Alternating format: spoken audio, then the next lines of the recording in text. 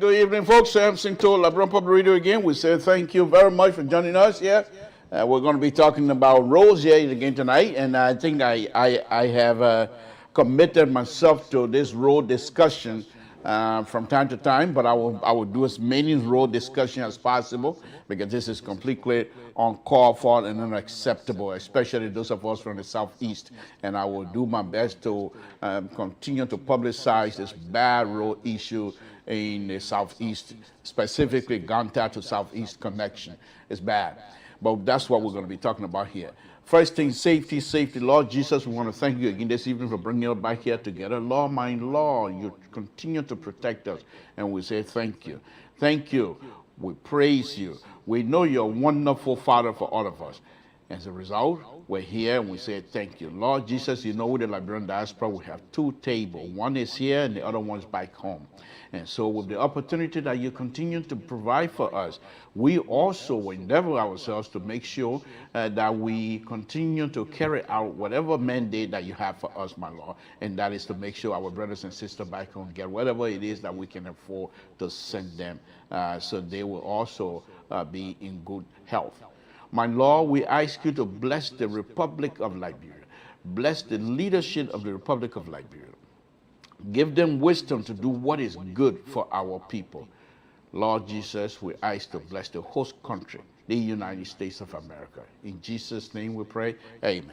Okay, let's go, folks. Good evening. Please share this video. Share this video if you can. Share this video if you can.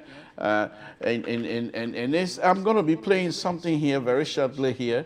And this young man, of course, many of us, we don't agree on many things, but he made some sense here this, on the stuff the packet he has.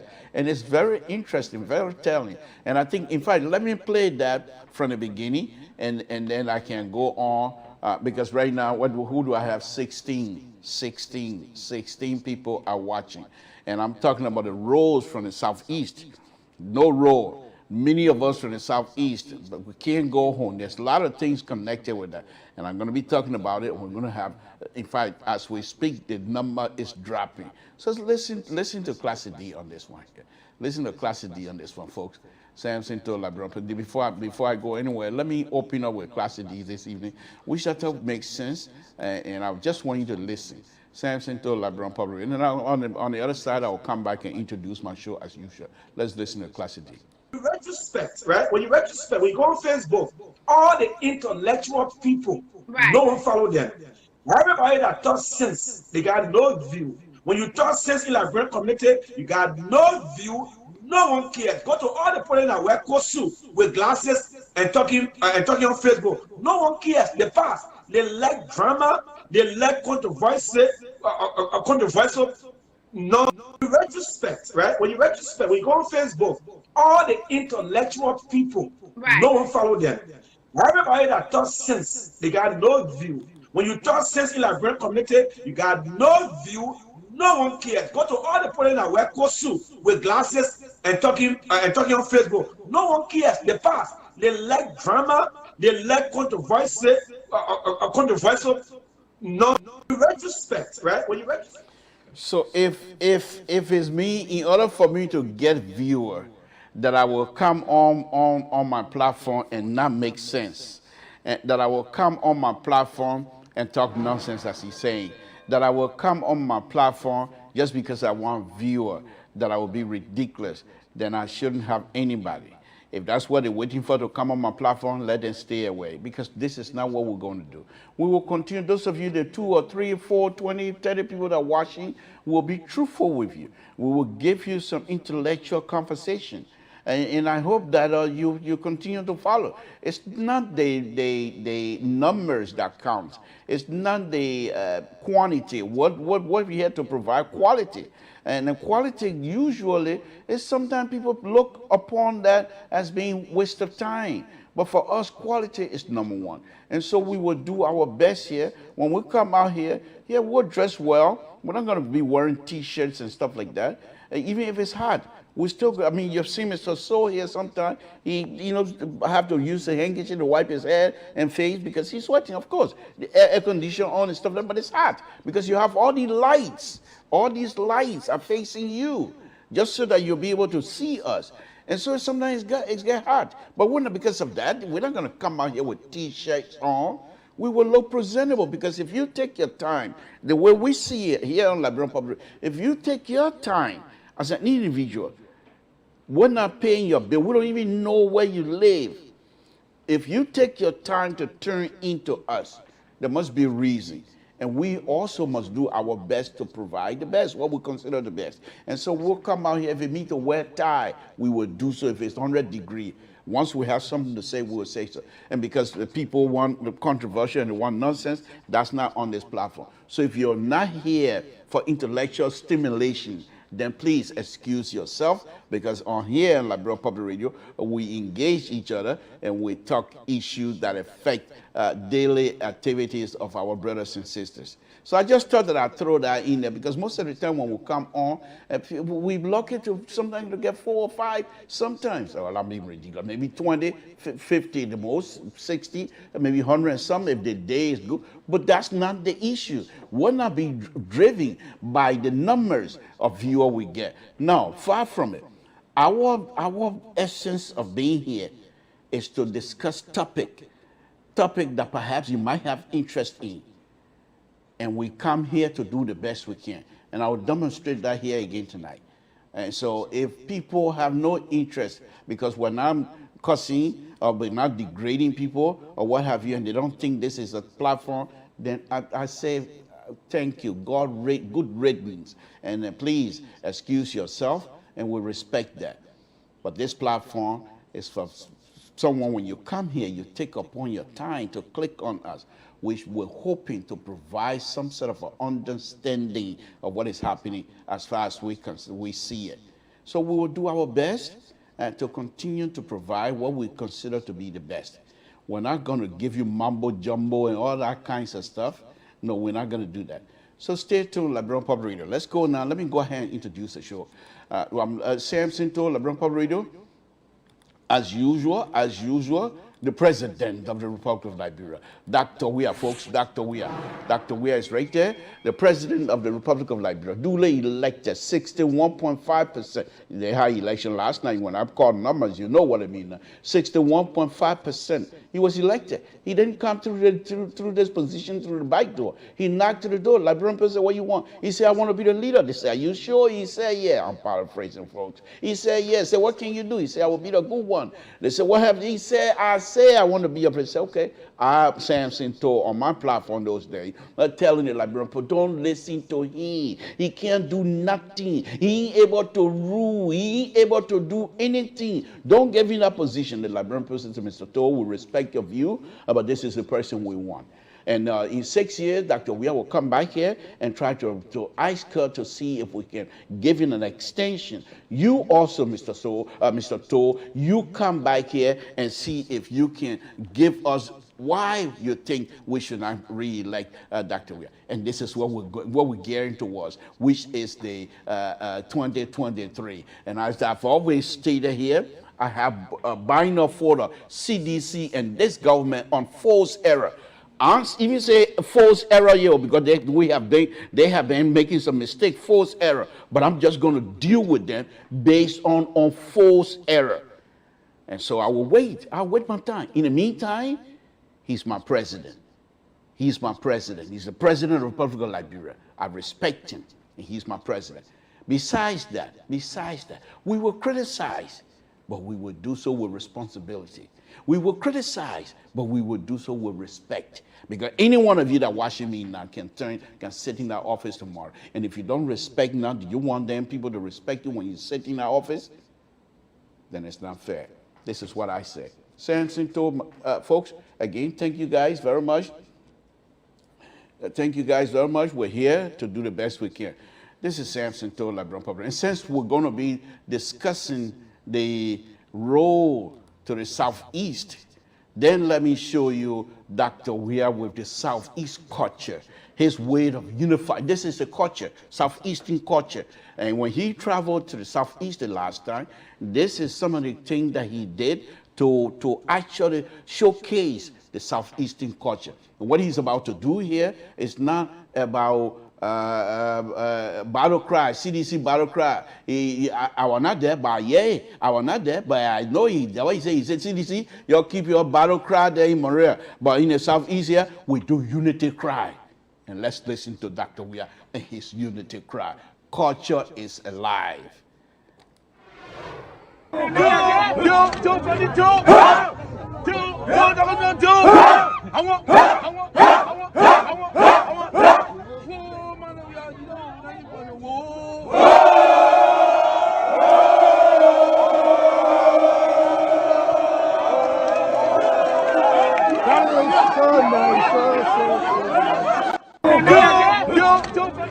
There you have it. There you have it. That's unity cry.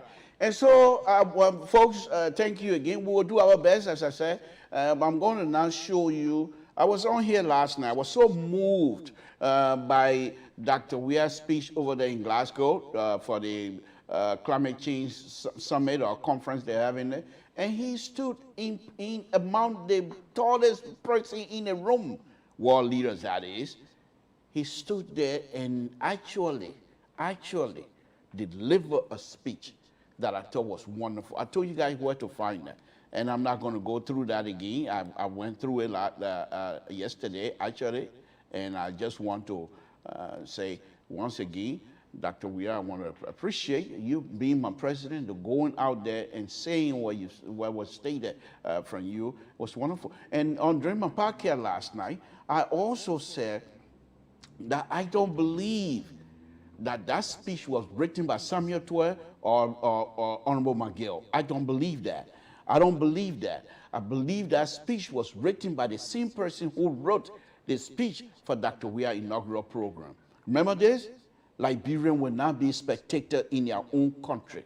And in that kinds of light, in that kinds of movement, in that kinds of spirit, this speech in Glasgow was the same thing, where he said to the people, the distribution, paraphrasing, the distribution of the climate change investment is not balanced.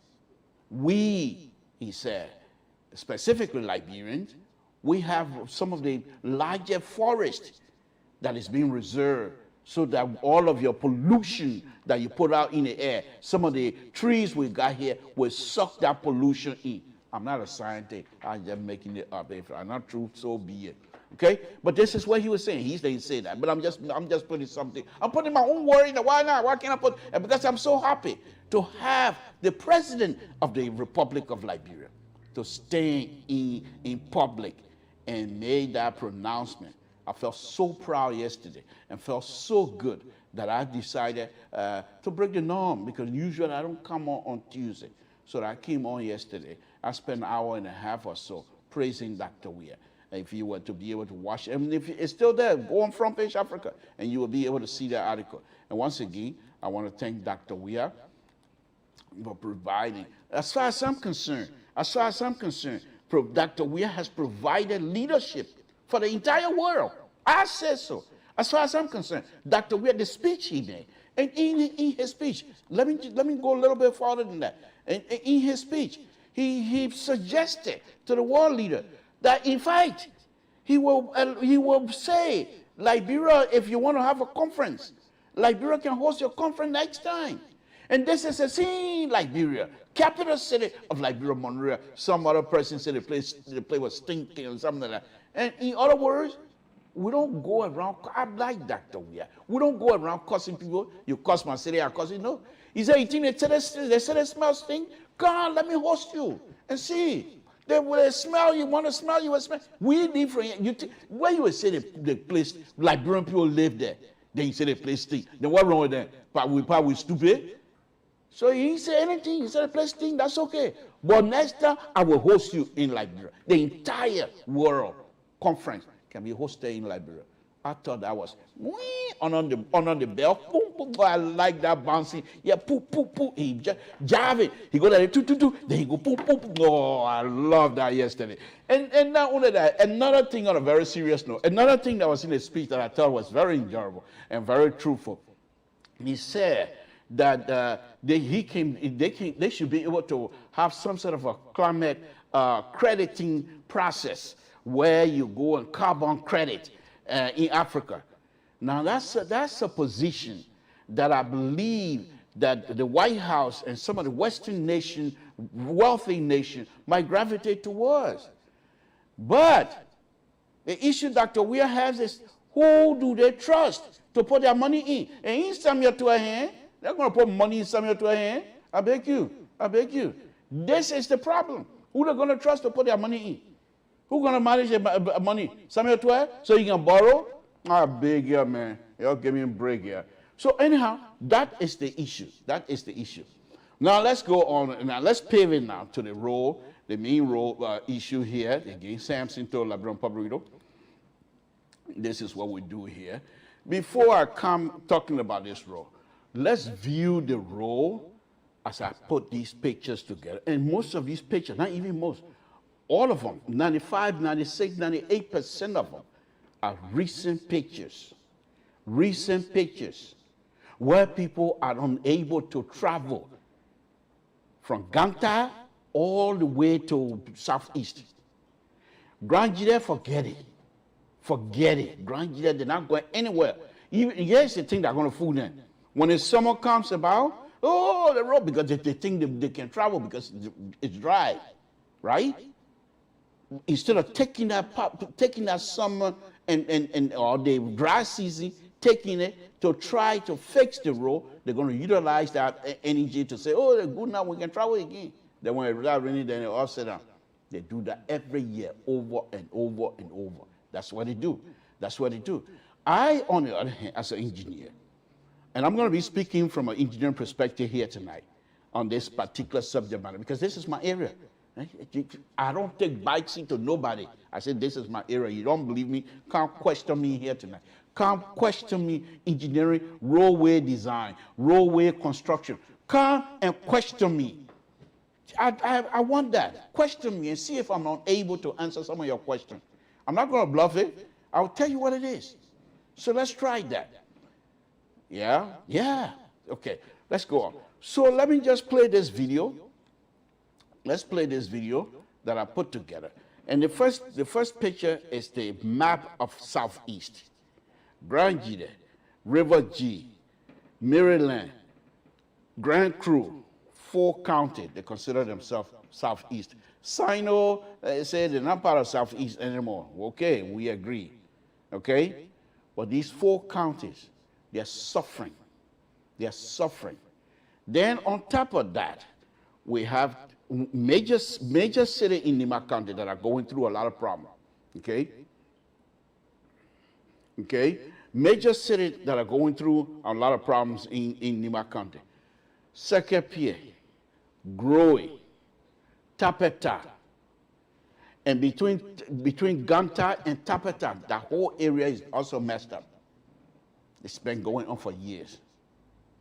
And Nima County is not like the Southeast, it's vote-rich county. What I don't understand is that people in Sekepie, highly educated people in Sekepie, I know some of them. Sekepie in a bomb belt, very smart people, very smart people. Most of your PhD from Nima County, they're from that bomb Sekepie area. Okay? So I say so. You know, you said I lied, that your business. But I'm just telling you. So why would they allow themselves to be provided with this kind of deplorable role? The question then is, why are the legislatures, the lawmakers, the senators, what from these 4 counties plus the little part of Nima County that is not working, why can't they get together and petition the government that this thing must stop? This particular issue must come to an end. Monrovia is not Liberia. Monrovia is not Liberia. CDC is not Liberia. You got sedition all over the country. So even if you're going to take the CDC line, why is it that sedition in Monrovia are enjoying traveling than the sedition in the Southeast? Why is that? So I say forget about partisan. This is a national issue. And I'm encouraging my brothers and sisters from the Southeast and those from that bound Tabata area to join with the Southeastern lawmakers or even the citizens themselves. Petition your government. Now, let me tell you, I said petition. I didn't say violent. I didn't say go demonstrate and start breaking people's things. That's not what I'm asking you to do. Send an invitation, request a meeting with the president. The president must say, my schedule full. Okay. His schedule not going to be full for 2 years. Sooner or later, he's going to have to take your call and answer. And you meet with the president. And then you explain to them. This coming election, there's a possibility that we might have another Southeastern. There's a possibility that we might have another Northwest coming in. We started these things ever since though. Nothing. But let me play this video. And then I'll go on piece by piece. Let's listen to this voice. Folks, Samson told Liberia Public Radio.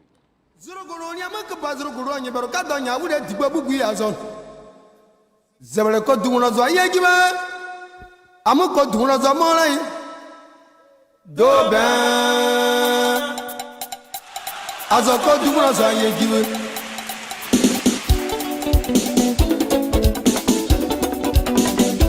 dibi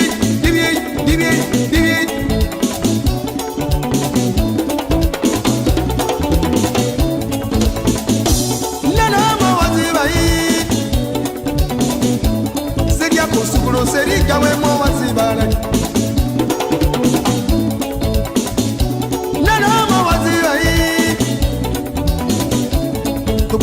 je dis bon asivale ado mo wasivai sakire ojo tape se ya mo wasivale nana mo wasivai no po badira yari mo wasivale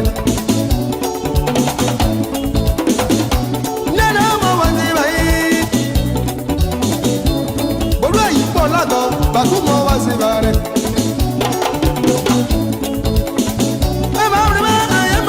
amule zozi brinyo baye eyemire samatario samata etario samata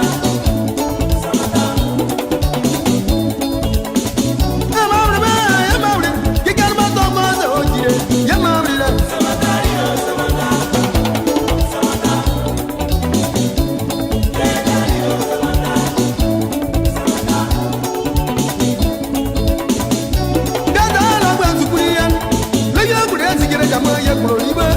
ye prinya mo pone tina kazi zakanye kwa soko agrigogo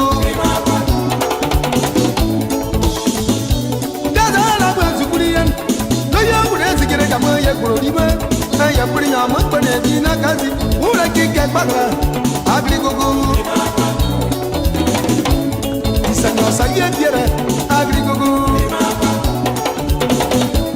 baba la do baba agrigogo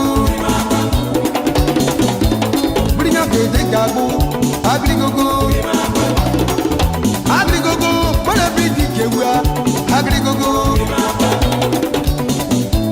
ní àtàwọn àṣìṣọ bàrí ìhànì agrigogo àgbà.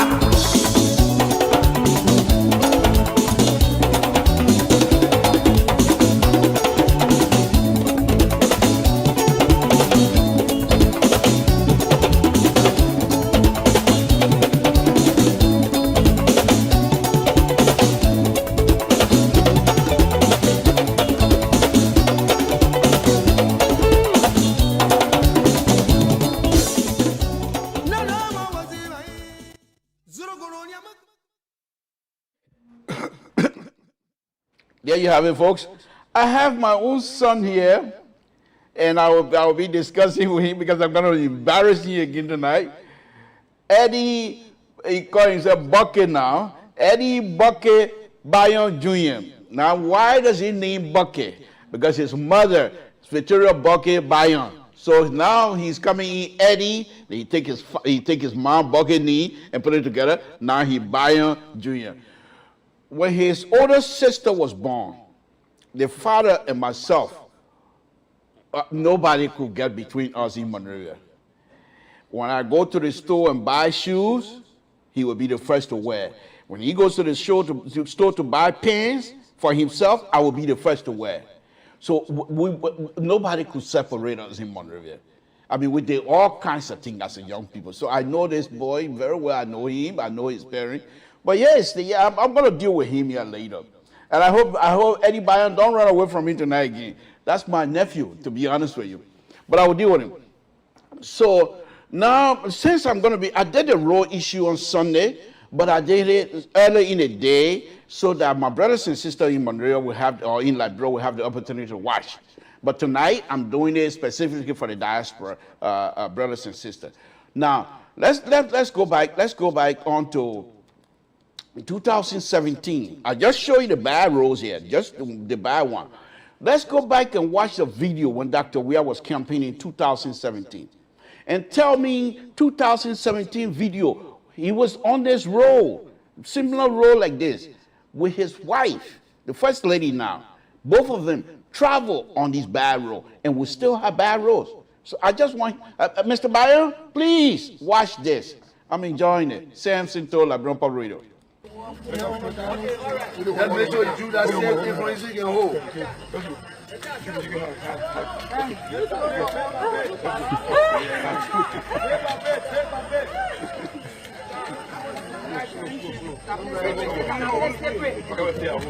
Yeah, we hold it stay. You are on the shoulder, you must stay.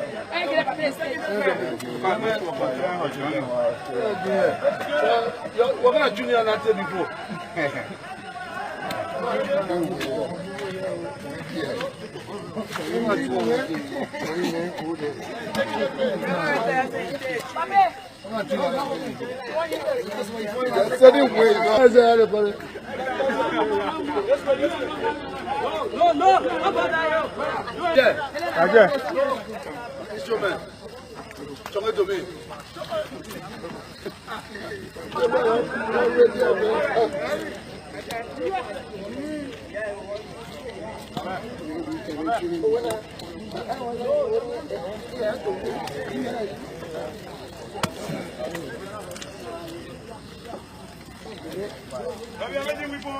No, I beg you.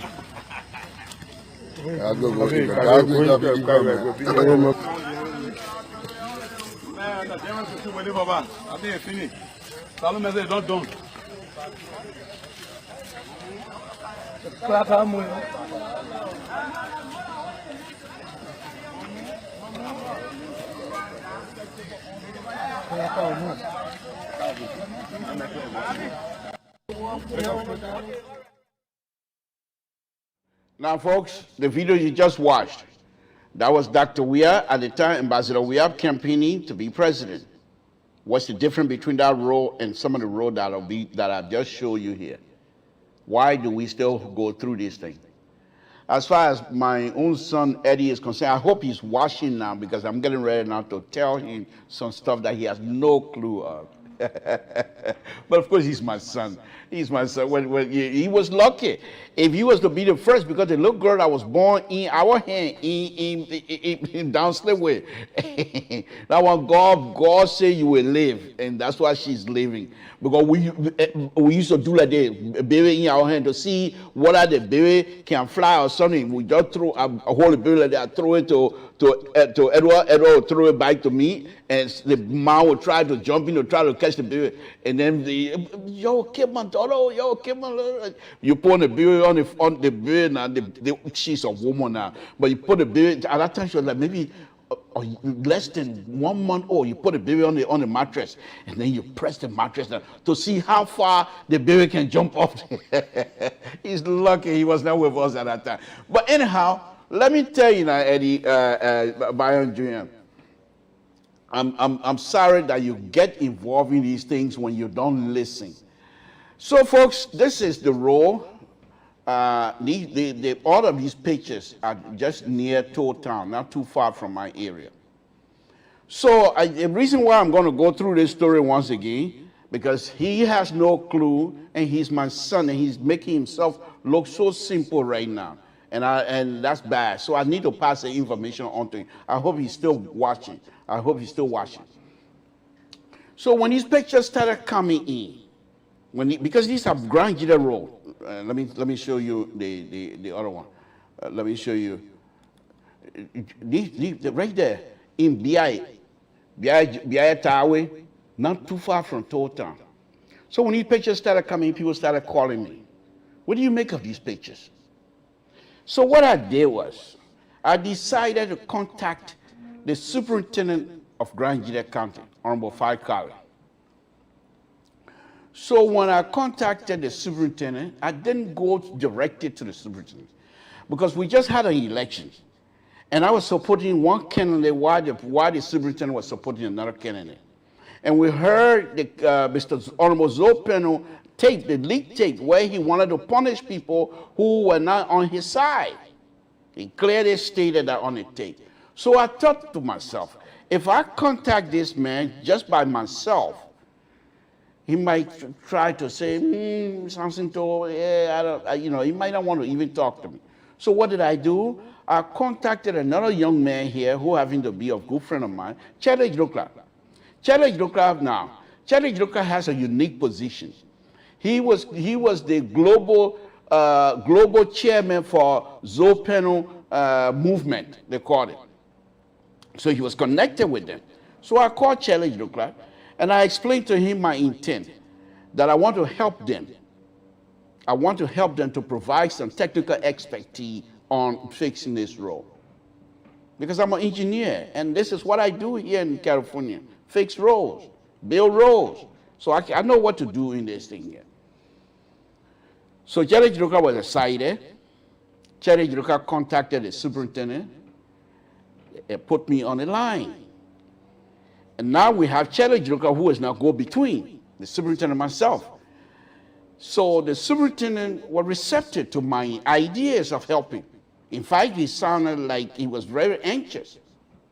So I'm giving you, listen now, where is he? Where my son? I'll see you again. He ran away? Okay. Eddie Bucket, Eddie Bucket Bayer Jr. I'm sorry that, I wish, but anyway, that's besides the point. So during the conversation, the superintendent sounded very happy, so to speak. After the conversation, we had a series of, I told them what I could provide for them. I also explained to them, I don't have the manpower, number one. I don't have the money to buy the equipment, number two. I don't have the material that's going to be needed for the fixing of this road, number three. I don't have the fuel to do this work. So those those 4 things, I don't have them. But those are construction aspects. But I come on this table with a design knowledge that I can design this road and stop all of these mess. Because I know what to do. I know the soil in that area. I know soil mechanic. So I can do something with that soil in that area that continue to give you all of these problems. So the superintendent said, fine. Superintendent Kai Fale now. He said, fine. And the only reason why I'm narrating this story again is because this young man came out here and said, we only sit on Facebook and just talk mama. Okay? I don't know what that is. But so I want him to understand. And let him go to Zwedru or call Zwedru and ask the superintendent, or even call Chele Jrokla here and see if I'm lying. Okay? And every time I have that conversation, I call other friends and explain to them what is happening. So anyhow, they told me, Chele Jrokla and the superintendent told me, at that time, Chele Jrokla was scheduled to get married a week after the conversation. So Chele Jrokla said, immediately after my wedding, Mr. Toll, I will connect you with the superintendent again where you guys will talk all of the good things what you need to do. I said, fine. This is the comment that I made to both of them. I said, Honorable Superintendent, you calling Chele Jrokla big brother. Chele Jrokla calling me big brother, so you know I'm older than you. Now, I don't want to run behind you. I'm not going to run behind anybody on this. He said, no, you don't have to run behind us. In fact, if you come here, we don't even have the equipment. We got logging companies all over the country. We can ask them to provide some of the equipment they have. A month and a half, almost 2 months later, I have to call Chele Jrokla again. And Chele, as good as he is, he apologized for not reaching up, but he explained his circumstances as well. I said, fine. And Chele Jrokla, that was almost 2.5 weeks ago. He was going to call the superintendent, and they were going to contact me. So it's not like I have not been offering my services to these people. Before Mobutu died, I did similar stuff with no result.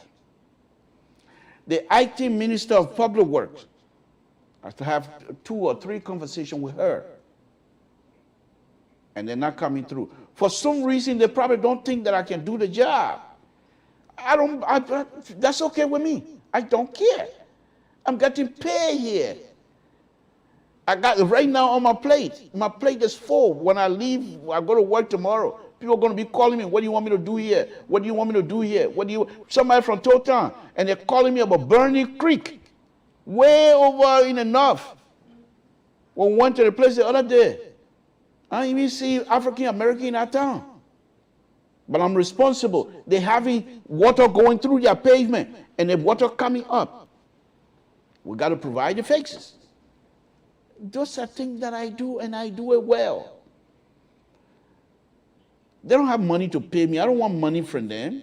But when you have my own son coming out here and condemning me, then I have to explain what is happening. So at least next time, if he doesn't believe me, let him go to our superintendent, who happens to be the father of our county. Let him go and ask him if I never had a conversation with him. Okay? So that's that. Let me now go on to my show. I'm done with Eddie. You can write all you want to write. That's fine. You're playing baby on me. That's okay. Ura tous gal clear mon name bay say ne. Ma pon one no big deal. Monum buys go. Pon one then one more say but anyhow, let me move on. So this is the problem that they're facing in Grand Jide County right now. And the superintendent told me, when they're traveling from Monrovia, the big shot, when they're traveling from Monrovia, they fly. The poor people, when they're traveling from Grand Jide, motorbike. It takes them 2, 3, 4, 5, 6 days from one point to another. Why? Simple fix like this. Simple fix like this. And what do they have? Nothing. They're waiting for asphalt, our people call quota. That quota you're wafer to get road. If the government is unable to provide the road, why can't you guys fix it yourself? Those of you from the east, southeastern, find out why is it this government cannot. Because the first time that I engaged these people, I was told by them during any administration, by the way. I've been on this thing for a very long time. In fact, let me go back to those of you that are watching me that are part of the Jide community. When Fred Weah became president of Grand Jide Association, he asked me, he appointed me to lead a group of citizens from Grand Jide County, including your current bank chairman now, central bank chairman, Honorable Lush Talu. And we did some study. And we presented our study at a conference, at a convention over there in Virginia. And the conference overwhelmingly approved us going to Grand Jide to see what we can do. And of course, as Grand Jide, this is what we do. When something good is happening, we do everything we can to destroy it. Immediately after that conference, they decided to go their own way. Conflict starts, and that was the end of that. I still have all my documents. The situation, that was back in 2016. It's still happening. 2016, 20, 21, it's still happening. Nothing has changed. In fact, it's getting worse. Okay? So the idea here is this. This role, to fix these kinds of things, they are not that difficult to do. Here in a diaspora, here in California, Northern California, when the fire comes out, and the fire usually happens on the hillside, these hills or something, and it burn all the grasses and the trees and what have you. Then the hillside become bare. So when it rains, the grass and the tree that used to soak the water, that used to slow the movement of water, no longer there. So the entire hillside will come onto some of our streets. And they called us to provide, to fix it. And we'll be there to fix it. That's what we do. That's what we get paid for. So looking at this picture here, it's just like another mudslide. It's just like another mudslide, except this is going deeper. So if you come out here in this kinds of conditions and you say you want to fix it, the first fix that I would look at is what is the profile of the road? What was the road like before? And I bet you public works don't even have any kinds of document. But of course, they will say the war. But before the war, they never even had. You go right now to public works, I bet you most of the people you will talk to, they probably don't even know what the right of way of that area is. Right of way of the road is how wide the road is. That is public utility or utilization area. From this side to this side, most of the road, my understanding, most of the road in Liberia, they're 160 feet wide. Okay? So first of all, you find what its right of way it is, so you don't touch other people's property. And once you know that, you come out in these kinds of situations. Before I go, while I'm talking, let me show you another one.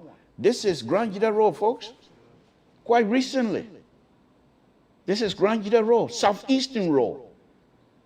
And those of us from the Southeastern, we're not beggar. We don't beg. And when the Republic of Liberia, the leadership of Liberia, goes out to borrow money in the name of Liberia, that also includes the Southeastern. It's not just Monrovia. This is the point that I'm making. When they borrow money, whatever they have to do in our country, if they have to be paid by, the entire citizenry going to pay the money. They don't just say CDC will pay the money or Monrovia will pay the money. But what have they done? They've continued to fix the road in Monrovia. And I'm one of those because I did a design in Monrovia, a roadway design in Monrovia. It's a short road, but I did it. And worse of that, my people send me video. The way they built this thing was not even how I designed it.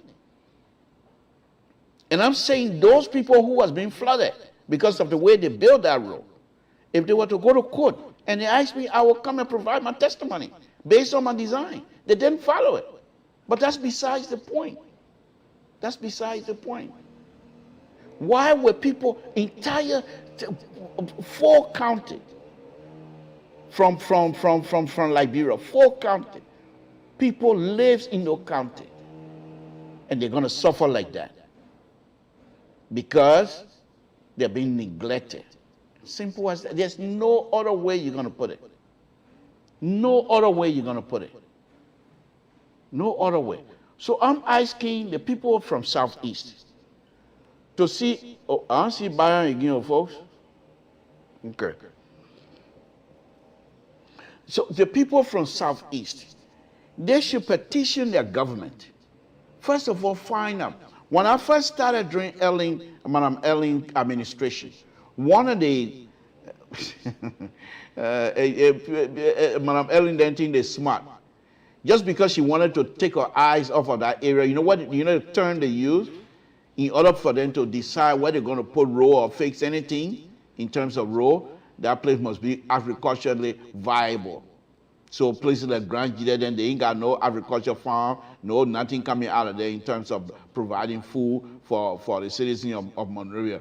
So there's no reason for them to carry a road. One of the deputy speaker, who also happened to be a crown man, by the way, told me that. And when the man told, because that was the time when Fred Weah appointed me, I decided to, first of all, talk to public work and see what why is it that we're having these kinds of conditions. And when I contacted the Deputy Minister for Rural Development, this is what he told me. In order for them to pay attention to that or prioritize that kinds of development in that area, the place must be a place where agriculture is vibrant. That's a poor excuse. Because no food over there, so that means the people from Grand Jida country, they were not paying taxes. So the money Ellen borrowed those days, people from Grand Jida country were not paid by, were not be part of the payment plan. Poor excuse. But the issue now is we still have this thing. Okay? Let me show you another one. Okay? I think I showed you this already. Yeah. But let me show you another photo here. You see this one here? It's very interesting. This one is very interesting. If you watch the young man in the bike there, and I can say man because I look at, well, I better not go that far. But if you look at that person in the bike there with the blue shirt pants, okay, what you're standing on is the bottom of the soupy clay. If you were to put shovel in there and dig out, you would meet up with clean clay. That would be the bottom. So when they do these kinds of stuff, so they say, okay, car come now, they clean a little bit. So it only take 1 or 2 cars to mess it up again. Because the tire that will rotate, you need friction between the movable material and what is on the ground. You need friction. Friction, because of friction, car moves. So as soon as the car wheels start turning, no friction, it's trying to get traction. As a result, it losing more dirt, and you have water in there already. So it's just a matter of time before you go back into digging it all over again. Now, another thing, even you don't have to be an engineer. Let me show you this. Let me show you this. You see bike there behind that truck? No, you can't see it. Okay, yeah, let me put it up. Behind this truck here, those green thing you see over there, that bamboo reef. So you can cut as many reefs as you can and split them. And come in here. When you have this bamboo cut and split them and cut them into pieces, you make a mat. Simple stuff, we got the tools. You make a mat. In other words, you put bamboo, one bamboo laid this way, another one going that way, and you stack them, you make a mat, like the way people make mat back home. You just overlay one another. And bamboo has been used over the years for soil stabilization. I know so. I've seen it. In this country, I have not used bamboo, but I use log. I use stick. Here on the road from here to Reno, in the section what they call trucking area, I did some job over there. And it's built, that whole section from trucking area, from Florissants, all the way to state line. The whole thing, the whole road is built on rocks, okay, and logs. So let's go back here. So you go and make a mat of that bamboo. You just split the bamboo half, and you measure how wide the road that you're digging will be.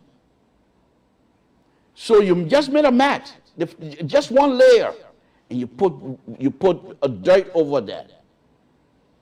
Now what you have done, you have stopped the continued process of soil shearing. I mean, they go like the boom. Every time you drive on the soil, because what you're doing when you're driving, you're loosening the soil particles that are holding each other, just like magnetic. You know, when you take the magnet and it says negative and positive go together, or can't go together, whatever it is. But when you do positive, they repel from each other, correct? Or negative, you know, it's the same thing with soil. But when you go through like this, it's loosening. They're not holding together. So if they're not holding together, it's going to break. It's going to shear. And this is exactly what is happening here. So, but when you put that mat, even just 1 week fix, you put that mat of bamboo reed, you put that on there. You don't put one section and just say, you put it up throughout and just put some dirt over it. It's going to help to move the amount of traffic that you, because here's the thing here. The bamboo reef, when you drive on it with big trucks, it's going to split. Because bamboo reef has like a concave inside. So when you put it on the ground, when the truck drives on it, it's going to want to flatten. So the more it flattens, the more grapes you're going to get. And you think I hear to play? I will talk about the road. I will talk about the road until the people fix the road. Every time I will talk about it. I will not put politics in, so I will not say who did what, but it's on who leadership will say so. we will say so. So, in the summertime or the dry season, to fix this kinds of area in dry season, okay, you come out, okay, you come out and you say, okay, we're going to go ahead and dig out. And that's exactly what the project that I'm on now. We're digging out 2.15 foot. We're going to be digging out, taking the bare soil and putting most base on it, and then put the asphalt and everything on it. We're going to stabilize the area. So you come in here and take all that soil out of there, and you put it, because where the soil coming from, they call the place Tuklobli. It's just about 1,000 feet from Bogota. Those of you that are from Bogota, you know what Tuklobli is. And that area, they use that area, as Mr. Nyano was pointing out the other day, they use that place as a borrow pit during the real construction. That was the time before, at that time I wasn't even born yet. But during the real construction in that area, because that entire area that you're looking at right now, that area is a lower point in the entire, because when you go into BI, when you leave the bridge, where that car, where the thing come from, when you leave the bridge, you got to climb the hill to go to BI. When you come to Bogota, you're also going to be climbing hill, but not much. So water coming from Bogota, water coming from BI area, they come over there, and the creek there, they call Taa. Taa has a bridge. So before they made a bridge, what the people did was, okay, this is a lower spot. We know we have a creek here. Let's fill the road up. So they lifted the road, brought the profile, and when I'm doing Sunday, I'm showing you some fixes, and I'll do a bowl here. So they lifted the entire road, build dirt. When I say lift the road, they ain't just live it all that. They were, oh yeah, something they lift the road. That's what I'm talking about. They build them in stages and lift and build until the road go to a certain elevation that they desire elevation. And based on that, they were able to put a bridge on there. And the bridge was connected with the field that they have. Going to BI or going to Bogota, they have a field. So when you come from the bridge, you don't do all of the boom, boom, no. You come from the bridge, you drive. That's the field. Okay? So when you have that kinds of stuff, now you come back here. Let's go back to this young man who's now using his hand to dig. So all of this dirt here, you take it out. And even if you want to reuse it, there's soil particles, there's some of them that the soil particle is just completely destroyed. I can see that. But there are some soil over there that are still usable. So you can reuse them. But you cannot reuse it when it's wet like that. So you take it and go to that borrow pit area and put spray out and dry it. You dry it. And that soil right now is clay, of course. But when you dry it, and here's the sad thing about these people that are not listening to me.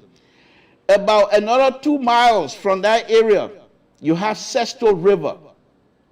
And what do you have in the bottom of the river? You have rocks, all sizes. You have boulder, you have pea gravel. In fact, many people are just killing me. You go on that creek, the Sesto River. First of all, before you do that, you're gonna have the environmental people involved. You don't just go and do it.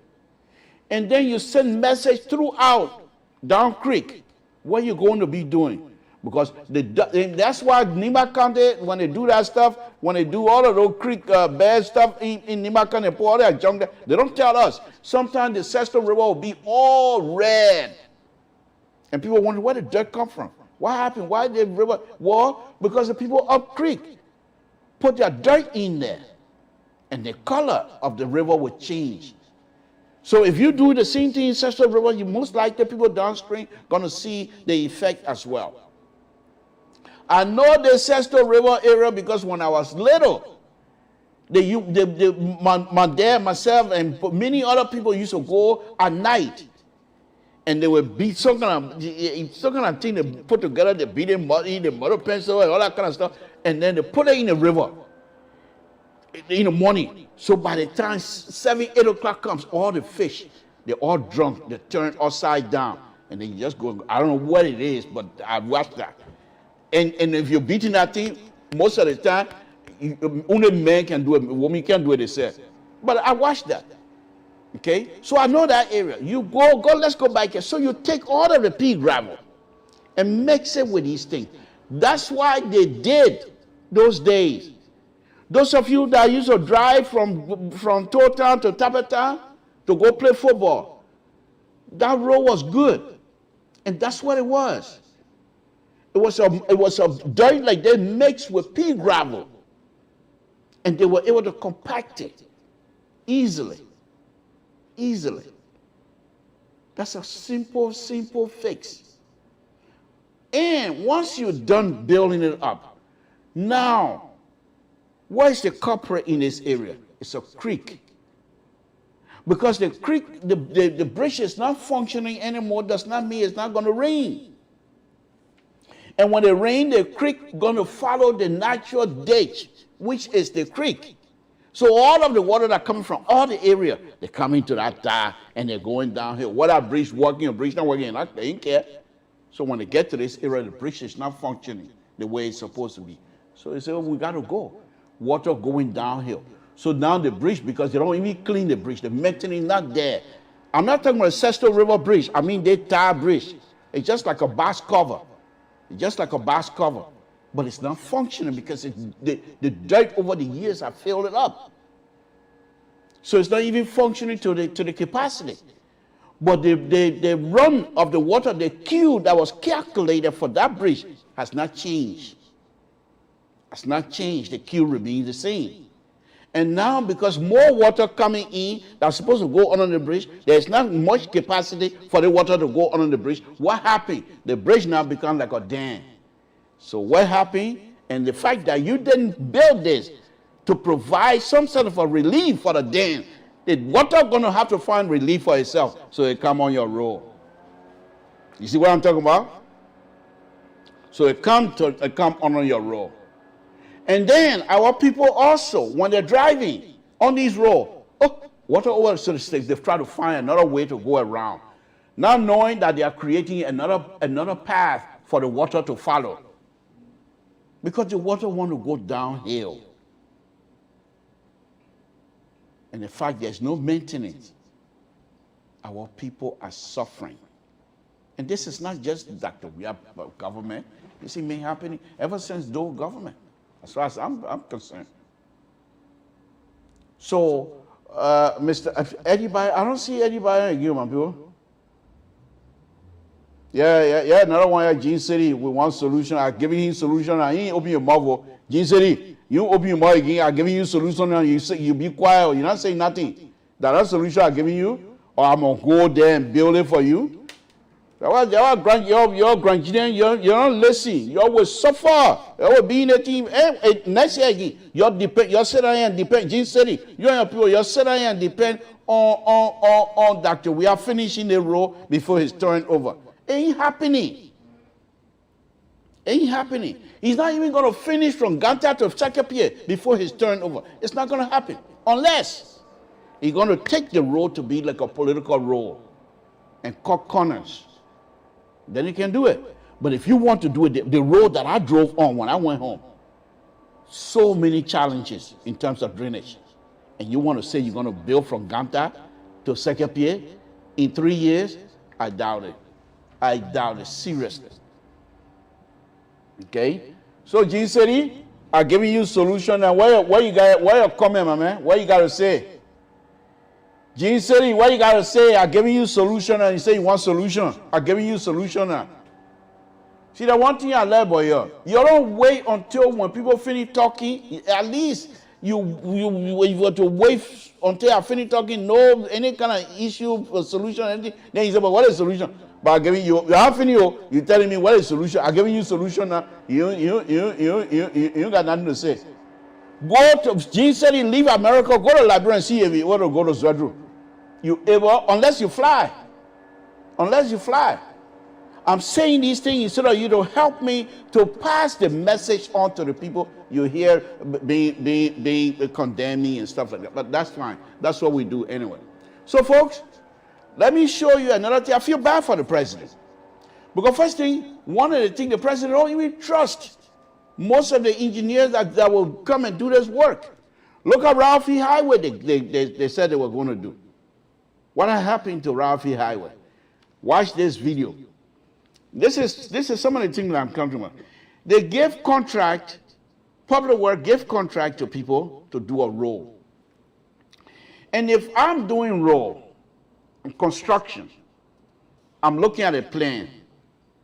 And not only do I look at the plan, I have to go outside where the road is and look at the road, look at the facility, look at what is surrounding, what are some of the obstacles.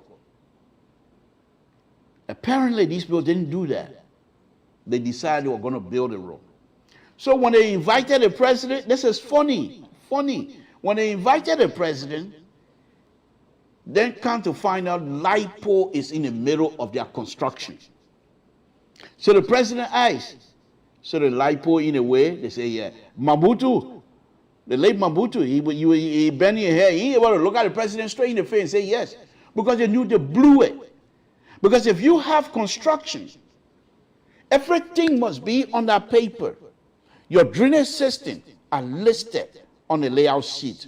All the electrical facility are listed on either be on utility sheet or on your layout sheet. So that the contractor, when they get them, they can do project takeoff. Where they say, okay, oh, right here, drainage here. How long is it? They say go from here, go to, okay. That's how the price they contract. That's how they bid, they send their bid in. So you can't surprise them. Now, as a contractor, if you don't do your work correctly, you get what you have now. Let's listen to the president. Oh, the LiPo in a way, yes. It's just like 2 seconds, but I will play over and over. So you, yeah, oh, the president asking, he said, oh, so the LiPo in a way? He said, yeah. Listen, you think I'm lying? Listen to this, folks. Yeah.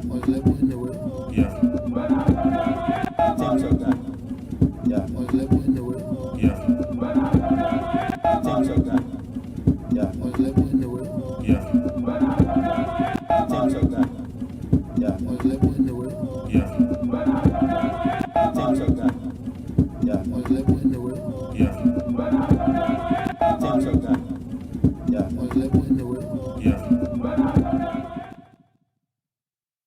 By now you heard it. Oh, but the LiPo either way, yes.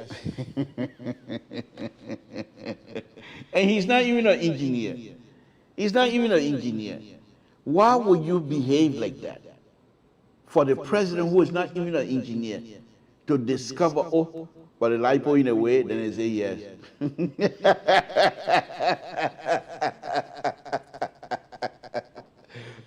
These are kinds of conditions we have in Liberia. Okay? So I will come back here again, hopefully others this coming Saturday, and I will do the true fakes that I have in mind in this area. Okay? The intent was, if I was given, the reason why I contacted, it's not like I can't go to Liberia. But here's the thing that people at Gene City then don't grasp. And that's why Grand Day Association has so much problem. Because people like Gene City then, they don't respect the rule, they don't respect the power. Because your friend is in power, therefore they're nothing because they're friends. I'm older than the superintendent. I'm even older than the president. I'm older than the minister, the IT minister. But because of my age and the fact that I'm saying that I'm an engineer and I know I do a damn good job, I'm not taking back seat to anybody. But that does not mean that I should go to Liberia and just say, oh, I'm an engineer so I can do this. These are people that are leaders in the community. I don't care whether they're young or whatever. I have to submit myself to them. Because first thing is that I know my job. But in order for me to do my job, I will have to submit myself to them as my leader. So because when they know that I'm submitting myself to them, being respectful to them, and not being rude to them, they will cooperate with me, and my job will be much easier. And this is what people at Gene City, they don't understand. I can't just get out of here because I'm an engineer. Therefore, I'm going to Liberia to go face row in Grand Union County or face row in Totan because it's affecting people in Totan. It don't work like that.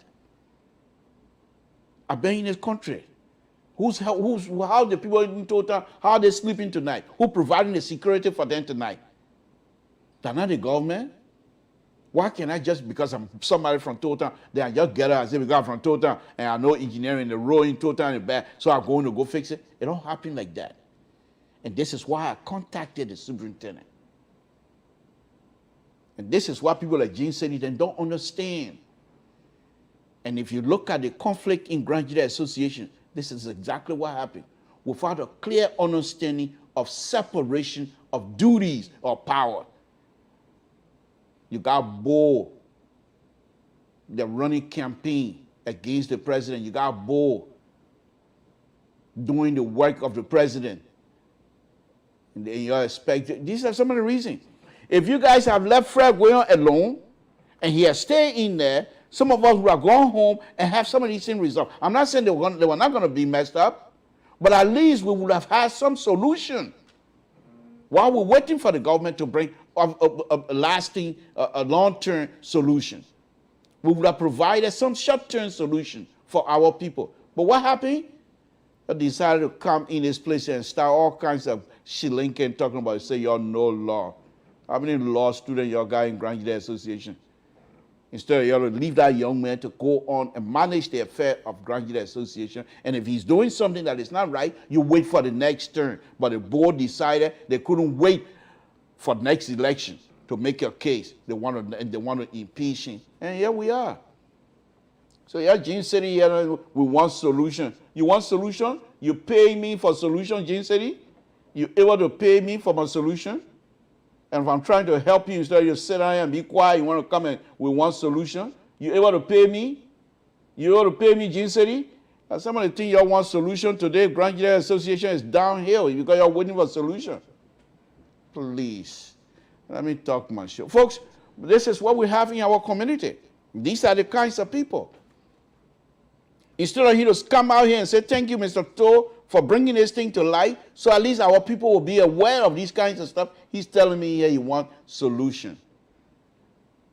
And what James said to you, let me ask you, since you've been around Grand Juda Association, what have you done? I designed, and yes, some of the things you're there in the place here. I spent months of designing the Women Center. The Women's Center, a beautiful building. I spent months to design it, free. They didn't pay me fasting. They ordered that. I paid my own way to go to the East Coast to present that. I presented it that night. How much you pay me, GCD? How much you pay me? Fasting. This whole Grand Juda Association, basically people been spending money over and over. And what do? And you come here and can't run your mouth on me. I beg you, man. Please don't get me started. But anyway, folks, I just thought that I'd do this here again. Now, Sunday or Saturday, I will be back here with my bowl and show you some of the unique fixes. Now, I don't have all of the pictures. The picture that people are just showing me are pictures of the road. They're not showing me the condition outside of the road. So whatever that I want to fix, most likely might not be a true fix because I don't have the entire picture. In order for me to do a real good job, that's one of the reasons why I wanted to go over there. A friend of mine, he's an engineer.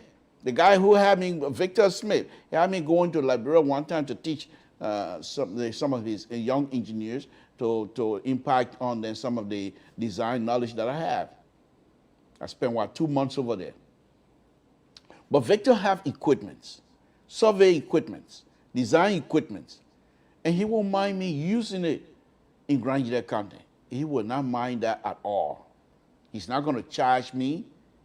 So when I go, if the intent was, if I were to go there, I will use those survey equipment and do a true construction or true design survey of the area where you have an EDM, you know, it's an instrument that reads all of the GPS and stuff like that, and then I'll come back. I don't even have to do it here from the state. I stay right there in Zwadru and be able to download it onto my laptop and do the design. All I can do is show them how it can be done. The intent was go out and let them identify a specific area, a bad area, and then I show them how it can be done to fix it. Then they can apply that same knowledge to several other areas, and you don't have to wait for us for a quota road for you to have road. You'll wait for quota road, you said you'll be inside for a long time. Okay, so this is what I'm going here tonight, folks. I had a show here on Sunday, and that was geared to for the folks back home. Okay, so the intent here again for the brothers and sisters, I'm not here to incite. That's not what I'm doing. But I think we all should be up in arms. When I mean arms, I'm not talking about guns. I mean, you know what? Okay, but we all should be upset. Listen, this is very degrading, to be honest with you. We have the president, who is also from the Southeast. We have speaker, who is from the Southeast. We have deputy speaker, who is from Southeast. We have president pro tem, who is from Southeast. And these are top positions in the government. Besides minister, there are other ministers that are from Southeast. So why is it that they will only concentrate all of their road building issue in Monrovia? For what reason? For what reason? The Monrovia say you're trying to build, the people say it smell. They came out, they said they want to do a Ralphie Highway. They took Ralphie Highway, the gateway to Liberia. They took it and gave it to one little young man who most likely doesn't even have construction experience. Because he cannot be this young to have the kinds of experience like I have, 32, 33, 40, almost 35 years of experience. He's not even 35. So how is he going to get 35 years of experience?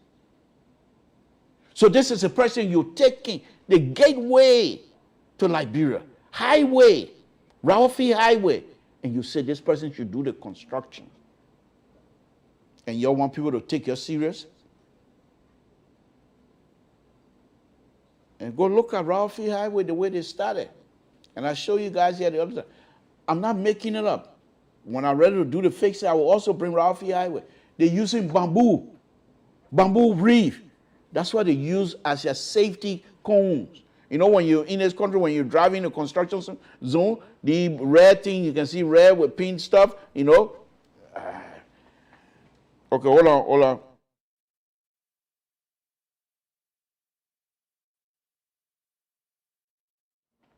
I'm trying to get my son to get me my cone here so I can show you. The cone that they were using, bamboo reef. I'm not making it up. There are pictures to show. One time, Sekou Kalasco went over there and did a video, which I appreciate. But ever since then, they haven't done that. Since I took that video and tore it apart. They haven't done that again. I hope they'll continue to do that because I've asked them to look at the plans. They don't want to do it. Okay? So there are pictures and video that I have that show Ralphie Highway.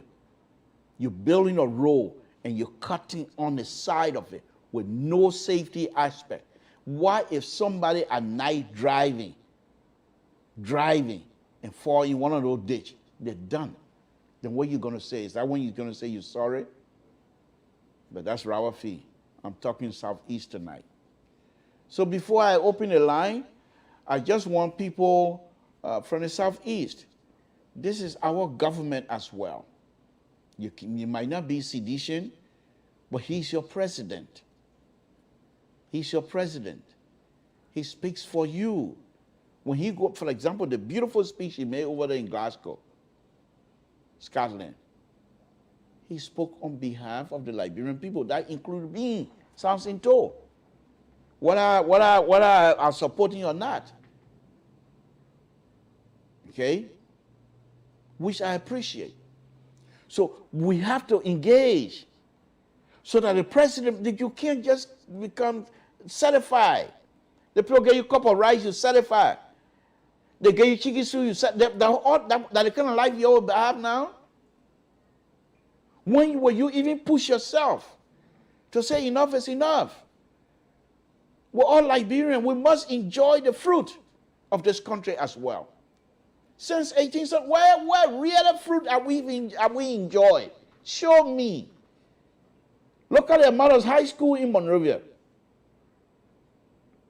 How many high school those days before the coup? How many high school in each of these counties? I'm not even going to say Grand there because then I'm my own county. But let's look at other counties. How many high schools? You got people leaving their villages to live in the capital city of some of these counties just so they can go to high school. And they can't wait for Friday because the food the mom gave them, the little rice, cup of rice or whatever they give them, is gone. They can't wait for Friday to leave and go back in the village so they can find some more food and bring it again. And you expect, Liberians are just intelligent, are just too smart. And that's why when they come here, look among you. Look at the amount of Liberians that are highly educated. Because when you have this kinds of opportunity that is here, the education level, nobody going to stop you. But back home, you come from Town, you have to go to Zedru for high school. Forget Montreal first now. You go to high school in Zedru. No food, because the little food you get, you're saving it so it will last until the weekend. When they give you lesson to study, you're hungry. Where's the energy? But yet still, with all that obstacle, children from these villages doing excellent in these schools and getting good grades. That is the the nature of development. We Liberians have the ability to compartmentalize. Hunger, you stay in one side of my brain right now, that book time. Hungry or not. What people do, they say book medicine, ain't no book medicine, but what people used to do when you sleep, ain't you used to put your phone in the bucket, in the water, for you to study?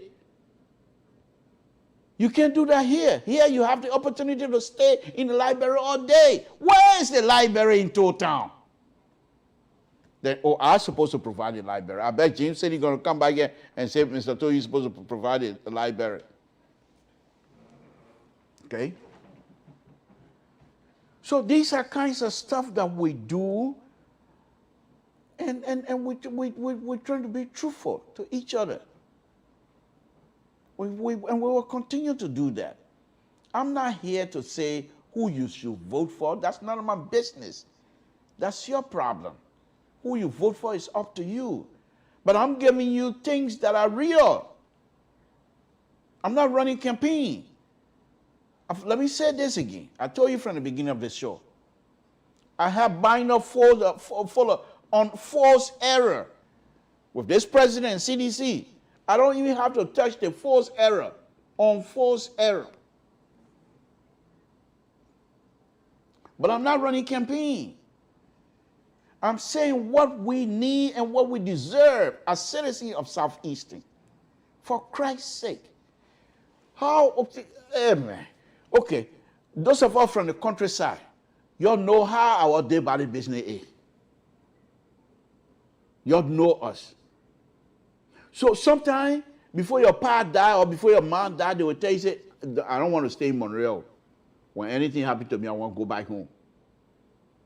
How you would take your mom or pa body back home with these kind of deplorable conditions? Then it becomes arbitrage around your neck throughout your life. because you were not able to fulfill your mom or your dad wishes. You see the emotional trauma these people are putting us through? Am I lying, my people? Am I lying? Somebody's sick. The bigger hospital in the southeastern area is in Tapeta. So if somebody's sick, no car can move. How you will put somebody sick on a motorbike? And not every one of these people have money for a plane. The person said the person have common sickness, how do you call it? Appendicitis or whatever. And you put the person on the motorbike. By the time you're going taka, tuku, taka, by the time you get to the hospital, the person is dead. Why? Why? Is it because the government is unable to function? I will stay on the road issue. I will not, like I said, we will criticize, but we will do so with respect and responsibilities. Those of us from the Southeast, the Southeasterner, you need to show yourself. You need to show yourself. Because when they think get away from us, Liberians, they're already saying it. For us to get back power again, it's not going to be easy. We're not going to fight. They're saying right now, look at that. Look what they're saying. Look at this. Look at that. We have government. It's all Southeasterner. We can't even get decent road. The same thing they used to say on a Doe government. Look at Doe. So crown people. No road. No road. And if you were to look in Doe government those days, you will find out that there were more other citizens from other counties than it was from Grand Gilead County. But they were not looking at that. And this is how Liberian, guilt by association, this is our nature. And so I will do my best to continue to talk. We will talk for ourselves now. We're not going to wait for BBC Animal to talk for us. We have the ability to do that. And I'm not here to condemn a particular government or a particular person. No. I'm pointing these things out so that people will know. You cannot be uneducated to be president pro tem. I don't believe. You cannot be somebody from the village and be speaker of the Republic of Liberia. I don't believe that. So these people are highly educated, smart, and they should be able to understand the importance of roles, good roles. Good roles you have coming in. We say, this is very sad. This is a young man when he was very young. Almost lose his life because he was fighting for people. Almost got killed because he was fighting for the Liberian people. Now the opportunity and the method now is in his hand. He's senator from Roboji. Roboji got role. Where is the fighting spirit? Perhaps he's tired. He has done it over and over all these years. Perhaps he's tired. But for God's sake, there's no pressure now. Speak for us. Bring it back out for one more time. Bring it back out. Let people know the real issue that is affecting your people one more time. But we're not there. Okay, folks, let me go ahead and open the line, and then I will take your question. But for some reason, I can't see my own son here again. If he say anything, I'll address him, run away. Okay, that is the number. Let me put it up here as well. Let me put it up, 91653. Let me make sure that I'm still connected. 916-533-2048. Please give me a call. Please give me a call. Let's have a fruitful discussion. James City, please give me a call. James City, and I'll be specific here tonight. James City, give me a call. And let's see whether you still want solutions. And let me ask you a few questions in fight. So don't just hide behind your computer and because you can type and therefore I know who you are, James City. Just give me a call. Here one. Samson told Liberian Public Radio, what's your name? Where you're calling from? What's on your mind? This is Moon, and I'm calling from Cedar Rapids. How you doing? Oh, not bad, not bad, not bad. Thank you, Chief. Thanks for calling. What's on your Great. mind, sir? Well, so many things on my mind, but I will just kind of look at two right now. Number one is I think you have a background noise, sir. If you can, hello, you hear me now? yes, yes. Okay, I hope I'm better. Yeah, Yes. we still hearing the background noise. If you don't mind, Hello, you please. hear me now? Oh, You see? okay. I hope I'm better. Are you hearing me now? Better? Okay, go ahead, go ahead, go ahead. Make it brief, Okay. please, if you don't mind. Go ahead. Yeah.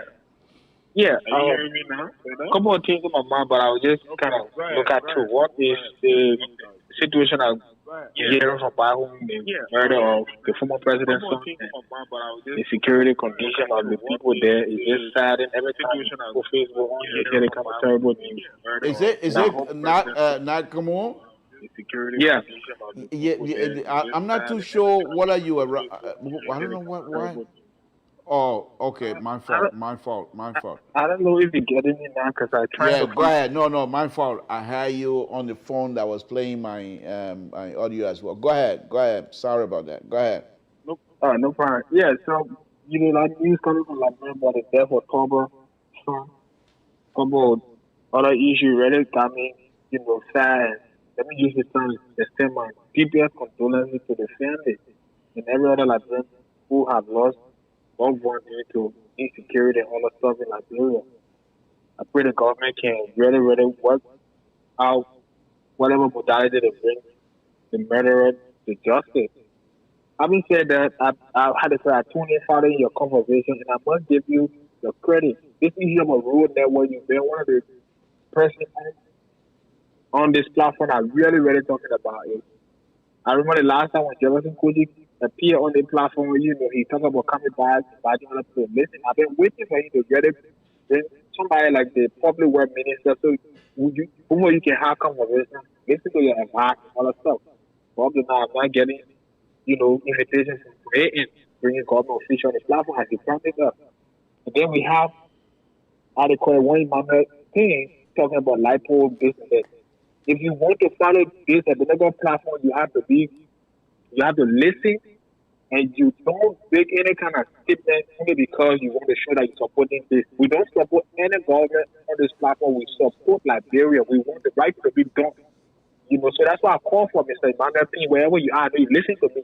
If you want to engage the platform, listen and follow the information here. This is not a platform for us to say this government is this government that. Mr. Toll program is about bringing factual information to us, and you can look at it. Look at the road is showing. And I would like to say this again. The people, especially the senator and representative from that particular part of Liberia, I think it's a shame for them. I don't know if they really prioritize road network in that part of Liberia. They should really stand up. Like you are saying, if this government is out of power, the other government that come, probably if the president comes from the southeast, there'll be another issue, another challenge for the people on the side again. So I think this is the right time for the senator, representative, all the distributing, the whole people from that side in government, they need to really put their eyes together and make sure that the road network in the southeastern side can be better. It's too bad to see our people suffering the kind of way. A friend of mine is working on that side that way, a local NGO on that side. He always put pictures on Facebook how full I've been, left to rot, like banana and all that stuff, plenty that people grow on that side. They keep bringing it out to sell. Everything just spoiled. I think they need to look into this. And I want to tell you, thank you for flagging a particular issue. Continue doing it. And we'll be on the platform to tell people that Mr. Emmanuel P. that they are wrong to just make any kind of judgment based upon the first time coming here. I don't know how long you've been following the particular issue because you've been talking about the issue over and over. Thank you, Mr. Tu. God bless you. Don't give up. We're here. Thank you, and I appreciate it. And our brothers and sisters will come and make statement. They're entitled to it. That doesn't make it true, but they're entitled to it. We said fine. They can make whatever statement they want to make. It's for me. It's fine with me. But let's go ahead, guys. Give me a call here, Samson to LeBron Pub Radio. Give me a call, and so we can have some fruitful conversation.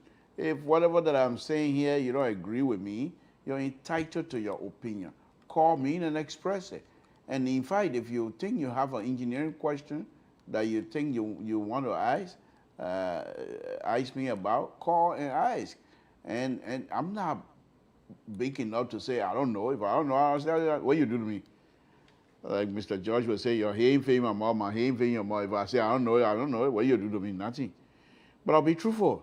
And I doubt it. There's not many, in terms of engineering, roadway design, and construction, there's not many things that I would try to scratch my head on. I'm not too sure. You're talking about geometric design, I can give you information. You're talking about soil mechanics, I can give you information. You're talking about compaction, I can give you information. So it's not many, I'm not boasting, but these are things that I do most of the time. So it's like, you tell me right now to cook casali, you think I'll miss the beat? Because I know what ingredient to put in the casali that'll make you feel good. Samson told like, give me a call, folks. Give me a call. So, but anyhow, I don't see, let me see what Mr. Ping is saying here. Mr. Ping, I don't know. But anyway, I'm not going to respond to that. This is his opinion. And it's not factual. It's not factual because if a tree falls on the road, for example, if a tree falls on the road, they don't just go and pick it up. First thing is, how did the tree fall? What happened to it? That's the first thing. And why is the tree so close to the road like that? Because if a tree falls and goes on the road, okay, and just cross the road like that, that tree most likely is a hazard to a driver. And but these are people that have no clue on the engineering business and they just want to talk. If a tree is in the road, if it's a city street, that's a different, on a major highway, you won't find trees there. In fact, let me just say it to you.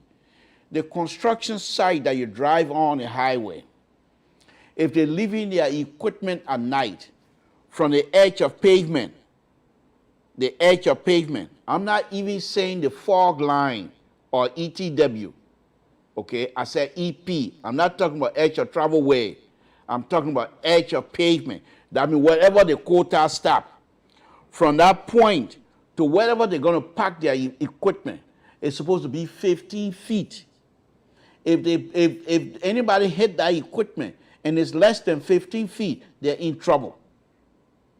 So if you have a tree that's going to be falling and going across the road, that tree, first of all, should have been protected by putting guardrail to protect the drivers. So I'm not too sure if P know what he's talking about.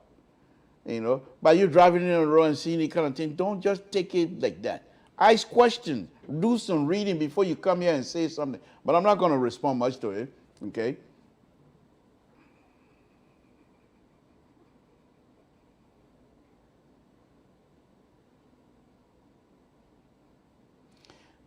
If the light pole, P, this is what I'm going to tell you now, because I didn't read the whole thing, but this is what I'm going to tell you. I think you're very limited, to be honest with you. I think you're very limited. My point about the light pole here was that the construction company that was given the contract to do the road should have known from the beginning that the light pole is in the alignment area. So if you're going to have, that's why in this place or any other place, when you're doing a rehab, when you're doing a widening, the utility company is informed so that they will move their facility, they will move their utility light poles and what have you for a specified area because you're widening the road. And so if the contractor have come out to say, look, we're doing the road here, but the light pole from the beginning, and say the light pole is on the road, then the light pole company, people who own that light pole will come and move the light pole. They didn't do that until they were almost done with the job and invited the president. And that's why the president was surprised to see that at the end, almost at the end of the job, you still got light pole in your way. Then when I said I want that one, you will come say, yeah? then you're very limited, man. I'm not going to respond to him. Okay? Give me a call, folks, 916. I'm going to be here for another 2-3 minutes. And then we'll be back again Friday. We will be here Friday with Mr. George. But before I go, let me also repeat, since I was able to do Dr. Weah yesterday, let me also repeat what I stated about my own president in waiting, Dr. Bakai. So before I go, let me make that same point again. I said yesterday, and I will say it again, I'm not comfortable. I said I'm not comfortable with the company and people who are now surrounding themselves with Dr. Bakai. Dr. Bakai should be the father of the nation. And Dr. Bakai is the person that we're hoping will come and stabilize Liberia. Because you can't tell me Liberia is stable. I'm not talking about in terms of security, but the financial aspect of Liberia is not there. So we were hoping that Dr. Bakai will come in and stabilize the country in terms of economics and other issues, because he has the experience. But to have people who will go and publicly insult other Liberians, now to be pretty much like the face of your whatever campaign you're going to have, then I'm uncomfortable with it. I'm being very truthful. I've been on here hoping and praying that Dr. Bakai will succeed Dr. Weah. Because I think with Dr. Bakai in control of this country, I think things will move in the right direction. I believe that. I could be wrong, but I believe that. But Dr. Bakai needs to demonstrate some leadership in this area. Dr. Bakai needs to come out, for example, he's here in the United States, visiting. In the diaspora, you shouldn't come here and have George Lobo and the other people to separate Liberians. Unity Party, CDC, Liberty Party, and ANC, and what have you. Dr. Bakai is supposed to be making arrangement to appear on CNN, making arrangement to appear on ABC, NBC, Nightline, and stuff like that, to show to the entire world that he has the ability to lead. They're not even doing that. Forget about Liberian Public Radio. You don't need to bring anybody on here. And if you can't do that, go on one of the popular talk shows and see, and you make this statement. You are here in a diaspora and hoping to meet with all Liberians. Those who want to meet with you will meet with you. But you can't come here, somebody we expect to be the father of the nation, and come only as a guest of, guest of Unity Party. Liberians in the diaspora are now all Unity Party. And you expect to lead all of us. Provide us shoulders so we can cry on the shoe if we need to. We're trying to see Dr. Weah to see that Liberia is not Monrovia. Then you're going to come here in the United States, Bakai, and then you're not going to provide the loving care that we know you have. I'm uncomfortable. I'm uncomfortable for you to now the face, it seems to me, of whatever it is that you want to do, are people who are in the habits of insulting other Liberians because they disagree with them. How is it that then you will be a unifier? I know you have it in you. I know you have it in you. It's not just you. People from Lofa County. I grew up with people from Lofa County right there in Town. They were in the army. Grew up together from first grade all the way to sixth grade the most in Town. Some of them must say used to be in a fight. But not once. Because I'm in a fight with Monuba. And therefore, Collie or some other person will say, oh, you fought Monuba yesterday, therefore you must say, we're not going to talk again. Far from it. Because people from Lofa, I don't see them to be vindictive. That's not what I know. I grew up in the barracks, DTC, in the 70s.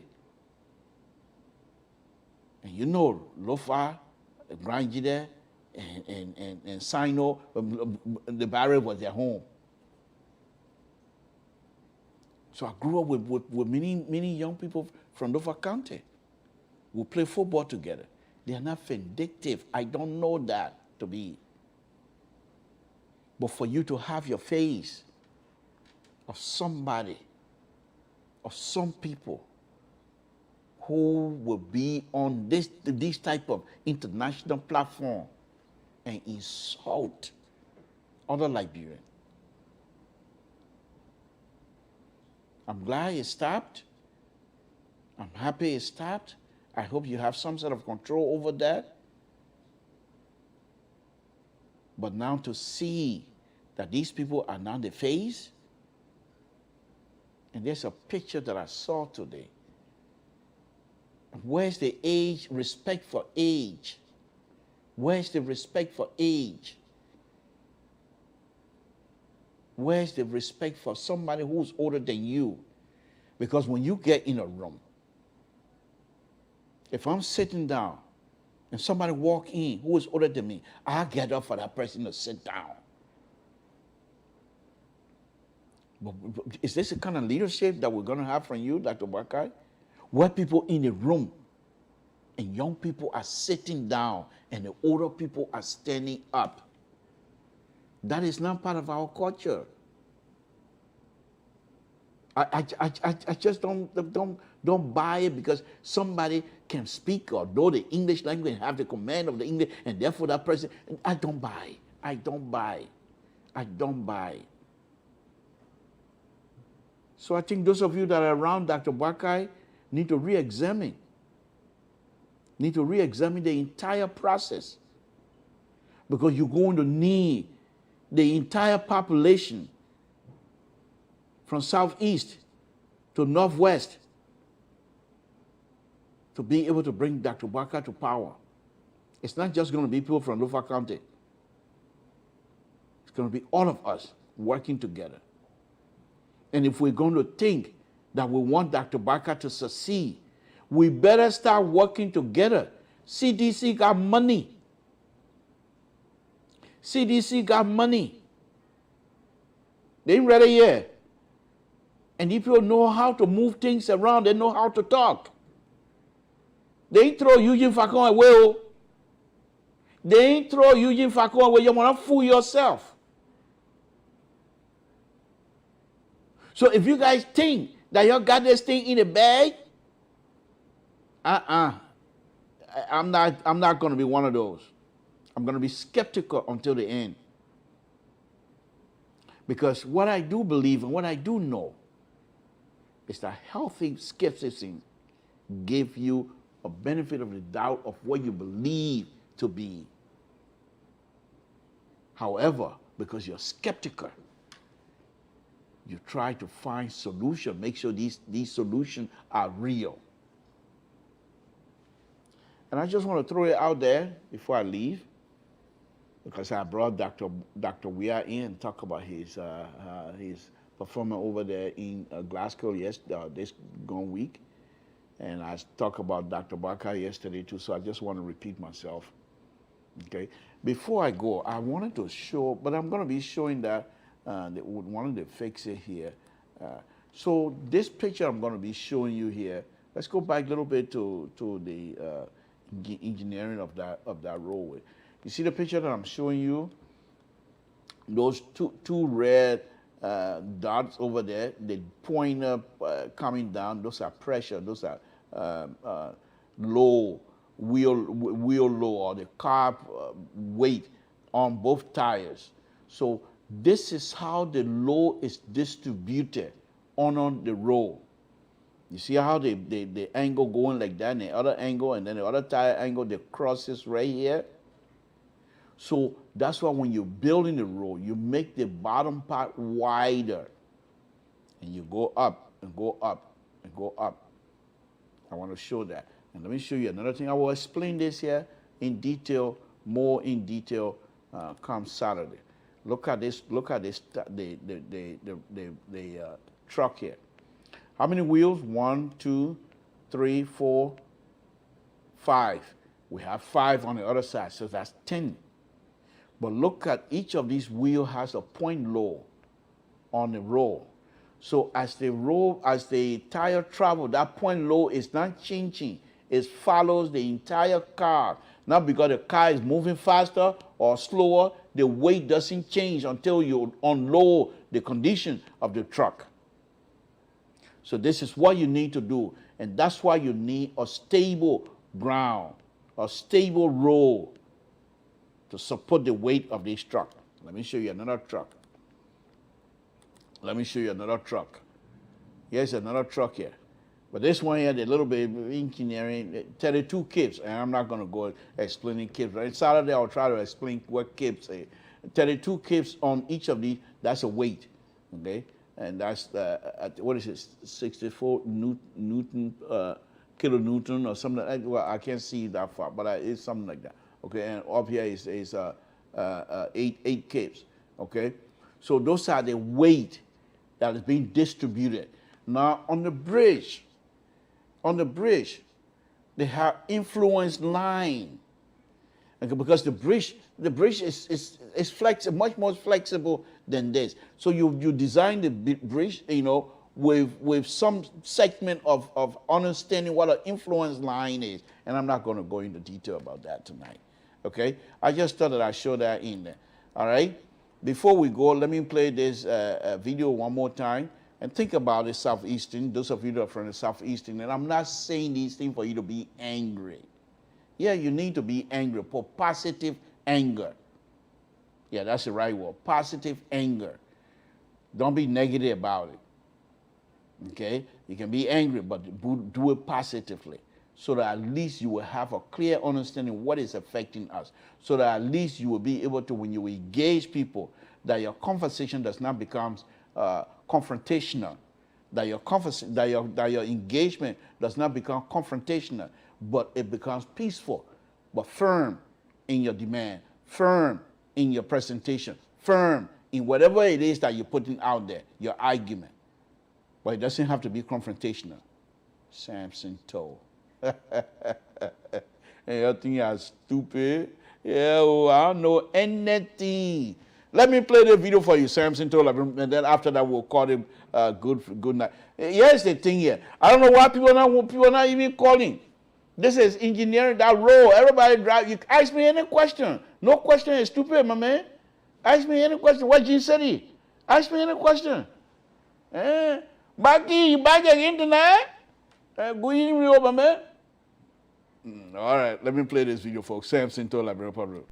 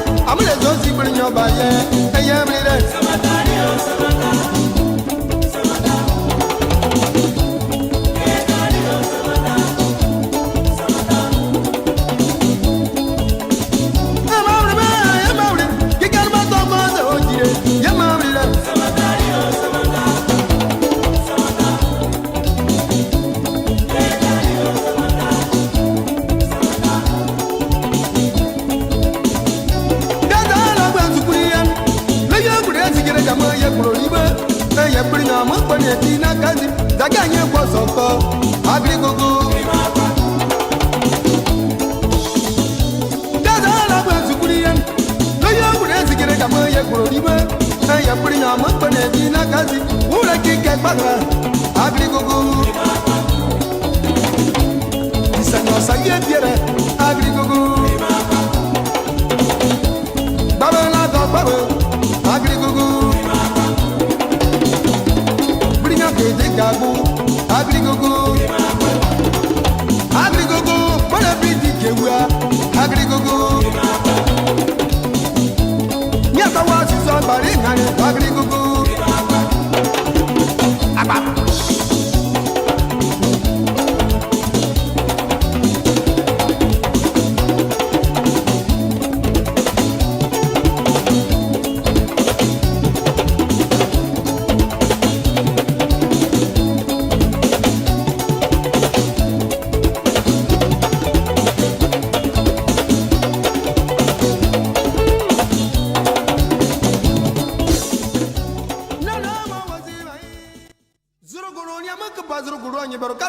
Okay, folks. Samson told I brought up radio. Do something here quickly. I'm going to Facebook. once All again the play intellectual people, Right. no one follow them. Everybody that talks sense, they got So no that you will view. know When you talk sense in what a we great do committee, here you on got Labron no Radio. view. Okay. No one cares. Go to all the people that wear suit with glasses and talking on Facebook. No one cares. They pass. They like drama. They like controversy. Controversial. No retrospect, right? When you retrospect, when you go on Facebook, all the intellectual people, no one follow them. Everybody that talks sense, they got no view. When you talk sense in a great committee, you got no view. No one cares. Go to all the people that wear suit with glasses and talking on Facebook. No one cares. They pass. They like drama. They like controversy. Controversial. No retrospect, right? When you retrospect, when you go on Facebook, all the intellectual people, no one follow them. Everybody that talks sense, they got no view. When you talk sense in a great committee, you got no view.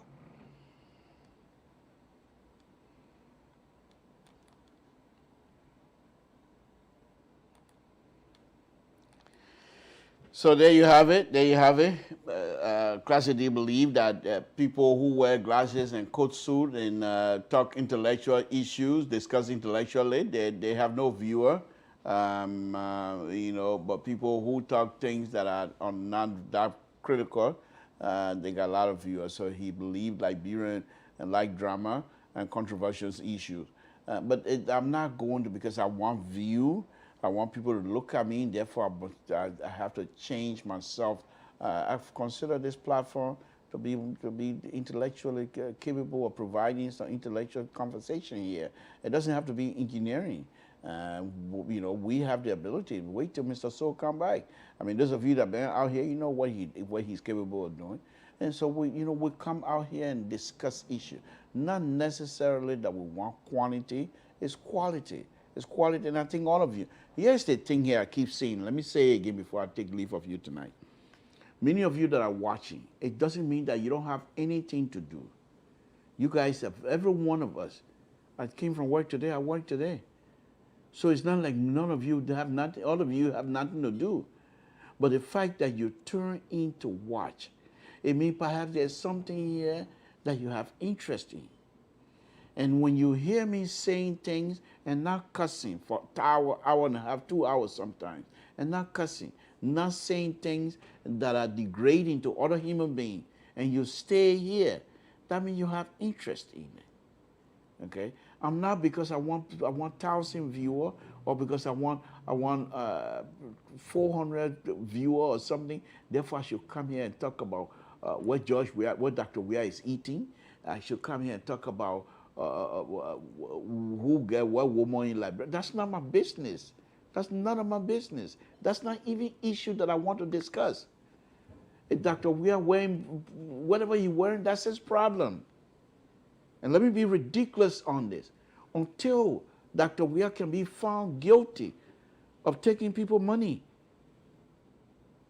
I can't say he took people money. I have no proof. I will talk about the map out, the $25 million map out. I will talk about the fact that Dr. Weah built palaces in Liberia. Those are factual issues. I'm not talking about how he got his money. That's not my business. That's left for you, Liberian people, to say, where did he get the money? We all ask that question. But it's not something that I want to make it out of my show. I don't have proof. I don't have proof. I'm not an auditor. We talk about the core report, the auditing core report here. We talk about the Liberian auditing report here about the $25 million map out, and I read some stuff from it because those are factual issues that I have on hand that I can point to. And this is what I want to do. So I'm not going to come here because I want people to watch me.